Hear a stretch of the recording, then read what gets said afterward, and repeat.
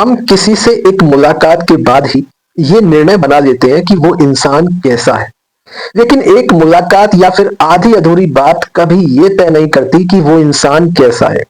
इसलिए हमें कभी भी लोगों को डायरेक्टली जज नहीं करना चाहिए। उस इंसान की प्रतिक्रिया के पीछे उसकी क्या भावना रही है, इसका हमें ठीक से अंदाजा नहीं होता। दोस्तों, ऐसे ही एक कहानी है एक किसी इंसान की। एक कॉलेज में एक प्रोफेसर थे। वो क्लास में गए और बच्चों को एक कहानी सुनाने लगे। सभी बच्चे कहानी सुनने के लिए बहुत उत्सुक हुए। प्रोफेसर बोले, बच्चों, आज मैं तुम्हें एक कहानी सुनाने वाला हूं। बच्चे काफी खुश होते हैं कहानी सुनने के लिए और कहते हैं, सर आप कहानी सुनाइए। प्रोफेसर कहानी सुनाना शुरू करते हैं। एक बहुत बड़ा समुंदर था जिसमें एक बहुत बड़ा जहाज था जिसके अंदर तकरीबन 300-400 लोग होंगे। अचानक जहाज चलाने वाले चालक को पता चला कि उसके जहाज में कुछ खराबी के चलते जहाज डूबने वाला है। ऐसी कंडीशन में उन्होंने लाइफ बोट का इंतजाम करवाया ताकि वो सबकी जान बचा सके। दोस्तों, कुछ ही देर में लाइफ बोट लोगों की मदद करने के लिए आ जाती है। सभी लोग लाइफ बोट में बैठने लगते हैं। अंत में सिर्फ 2 लोग बचते थे जिन्हें लाइफ बोट पर बैठना था, लेकिन लाइफ बोट पर अब सिर्फ एक ही पर्सन बैठ सकता था। लेकिन वो 2 लोग एक कपल थे। तभी पति ने तुरंत छलांग मारी और वो लाइफ बोट में जाकर बैठ गया और अपनी यानी उसकी पत्नी को वो वही जहाज पर छोड़ दिया। जैसे ही जहाज डूबने वाला था, पत्नी ने अपने पति से डूबते हुए कुछ कहा और फिर उसकी मृत्यु हो गई। अब प्रोफेसर बोले बच्चों से, क्या तुम में से कोई मुझे बता सकता है कि पत्नी ने डूबते हुए अपने पति से क्या कहा होगा? तभी एक छात्र बोला, सर, उसने अपने पति को जरूर कोसा होगा कि वो उसे छोड़कर खुद लाइफ बोट पर जाकर चढ़ गया। वहीं दूसरा छात्र बोला, हाँ सर, उसने यही कहा होगा कि तुम ऐसे इंसान हो, मुझे आज पता चला।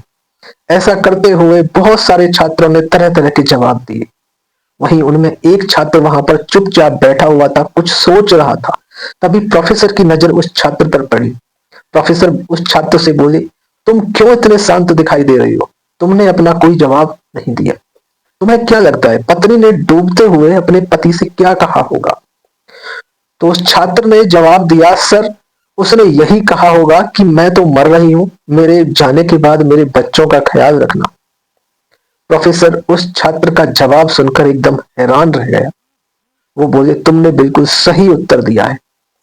उसकी पत्नी ने भी यही जवाब दिया। पर तुम कैसे जानते हो? तुमने कैसे ये अंदाजा लगाया? तभी वो छात्र बोलता है, सर, कुछ वर्षों पहले मेरी माँ की मृत्यु हो गई थी और मुझे आज भी वो बात याद है। मरने से पहले मेरी माँ ने मेरे पिताजी से यही कहा था कि मेरे जाने के बाद मेरे बच्चों का ख्याल रखना। मैं इसीलिए उस औरत की मन की समस्या को समझ पाया। प्रोफेसर बोले, बिल्कुल सही कहा आप। तुम उस औरत के मन के भाव को तो समझ गए, लेकिन कहानी के माध्यम से बहुत कुछ समझना अभी बाकी है। अभी कहानी खत्म नहीं हुई है। तुम लोग जानना नहीं चाहोगे कि आगे कहानी में क्या हुआ? तब सभी छात्रों ने एक साथ हाँ में उत्तर दिया। अब प्रोफेसर बोले, उस व्यक्ति की पत्नी की तो मृत्यु हो गई। इसके बाद पति ने पत्नी की बात पूरी तरह से मानी। उनकी एक बेटी थी, उसका उन्होंने बहुत अच्छे से लालन पालन किया, उसे पढ़ाया लिखाया, एक काबिल इंसान बनाया और एक बहुत अच्छे घर में उसकी शादी भी कर दी। अब उस व्यक्ति की भी काफी उम्र हो चुकी थी, तो उसकी भी कुछ दिनों बाद मृत्यु हो गई। अब बेटी अक्सर अपने माँ बाप दोनों को याद किया करती थी। एक दिन वो उनके कमरे में उनकी कुछ पुरानी चीजों को देख रही थी। तभी उसके हाथ एक डायरी लगी जिस पर उसके पिताजी ने अपने जीवन की हर बात लिखी हुई थी। बेटी ने उसे बड़ी उत्सुकता और भावुकता के साथ उस डायरी को पढ़ा, लेकिन अंत तक आते आते उसको ऐसी ऐसी बातें पता चली जो कि उसके लिए जानना बहुत जरूरी था।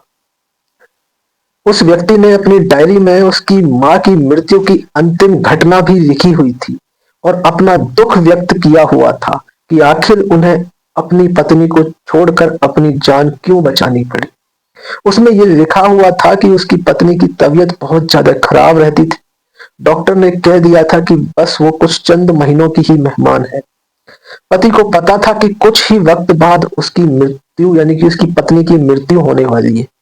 अगर वो पत्नी को बचाएगा तो कुछ वक्त बाद उसकी मृत्यु हो जाएगी और ऐसे में उसकी बेटी की देखभाल कौन करेगा।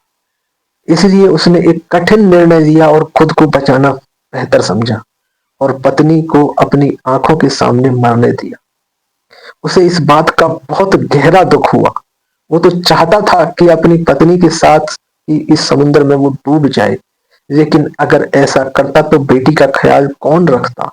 इसलिए उस दिन एक कठिन फैसला उसको लेना पड़ा। इसी तरह बेटी ने ये डायरी पढ़ी और उसकी आंखों से आंसू गिरने लगे और इस तरह से ये कहानी समाप्त होती है। तो दोस्तों, ये कहानी हमें ये बताती है कि थोड़े समय के व्यवहार या गुस्से को देखकर आप कभी किसी को जज मत करो, क्योंकि उसकी मन की स्थिति में वो किन जटिल समस्याओं का सामना कर रहा है हमें नहीं पता होता। इसलिए हमें बड़े ही धैर्य से लोगों को वक्त देना चाहिए ताकि उन्हें संभलने का मौका मिले और किसी भी बात पर जल्दी से अपनी प्रतिक्रिया देने से बचना चाहिए। हमें आंसर जो भी दे सोच समझ कर देना चाहिए। दोस्तों, कहानी अच्छी लगी हो प्लीज एक लाइक कीजिएगा, चैनल को सब्सक्राइब कीजिएगा।